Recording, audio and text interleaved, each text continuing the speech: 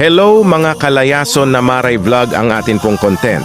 Ngayon ay papunta tayo sa Barangay Matakong para puntahan ang isa sa mga peaceful na lugar at ang balita ang ganda raw ng view. So ito na nga mga kalayason, andito na tayo na ngayon sa Barangay San Isidro o tinatawag na Patag. Dito na ako duman dahil mas malapit ito sa barangay namin kumpara sa ibang daanan.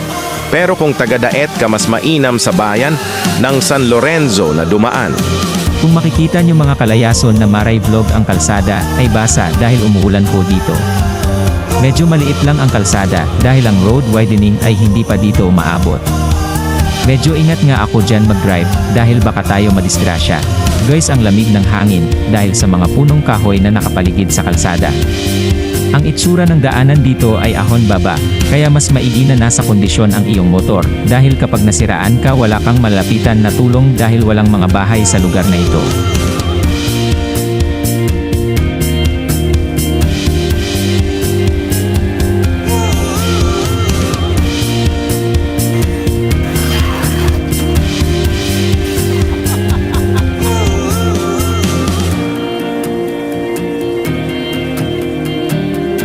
Yan guys, kung makikita po ninyo ang mga nakalupa na yan ay yan ang pag-aari ko. Charot. Yan guys ang ginagawang road widening na nabanggit ko kaganina. Mapitik guys ang kalsada. Halos nanginginig ang kamay ko dyan pag drive dahil pababa at isa pa maputik dahil umuulan. Siyempre ingat tayo dahil may mga trahador nakakahiya kung magsimplang tayo sa motor.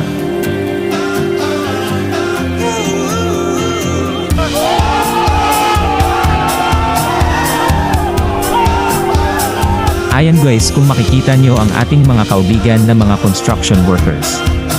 Ang sabi nila shout out ko raw sila. Hello guys, shout out sa inyo, ingat po kayo sa inyong mga trabaho. Dahil masyado po madulas ang kalsada. Diyan nga guys sa pagmamaneho po ng motor, sobrang ingat. Dahil baka magkamali tayo at ng paghawak ng manibela. Baka tayo magsemplang promise nanginginig ako dahil palusong at maputik.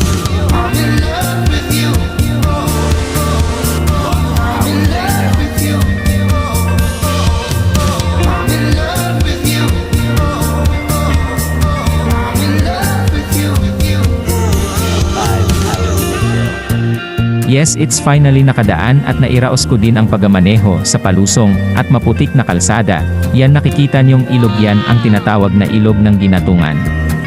Hindi na nga tayo bumabang motor dahil baka abuta pa tayo ng ulan, ngayon paahon naman tayo. Pero mas okay na ang ganito siya. After ng paahon may palusong naman. J. Pero okay na ang ganito, hindi maputik.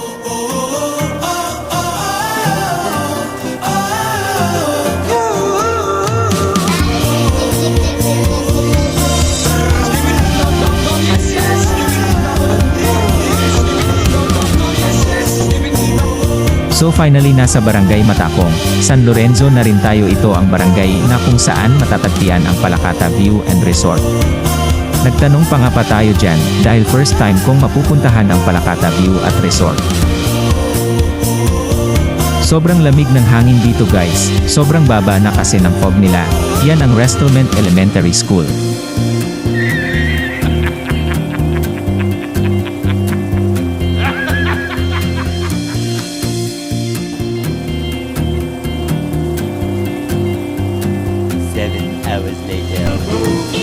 Life could be a dream if I could take you up.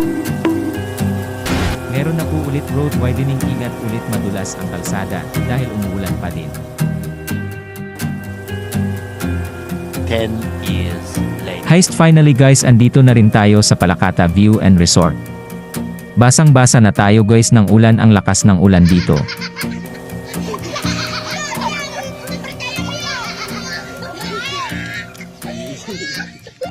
Ito po ang loob ng Palakata View and Resort. Sobrang peaceful ng lugar, kung maganda siguro panahon ang mga maririnig mo lang bukod sa mga ingay ng mga kasama mo ay huni ng mga ibon. Kung makikita ninyo, yan po ang overlooking view ng Palakata View and Resort. Siyempre salamat sa pinsan ko na nag-invite sa akin, sobrang worth it po kahit maulan at madami tayong dinaan na madudulas na area. Ang ganda ng mga cottages nila, at syempre, hindi dapat mawala ang food, dahil pagod at gutom tayo, tara kain na tayo. Sobrang dami ng food at ang sasarap ng pagkakaluto, lalo na yung sinigang na baboy tamang-tama sa malamig na panahon. At pagkatapos ko nga kumain dyan at busog tayo tamang buyan. So yan muna mga kalayason na Maray Vlog. Thank you for watching.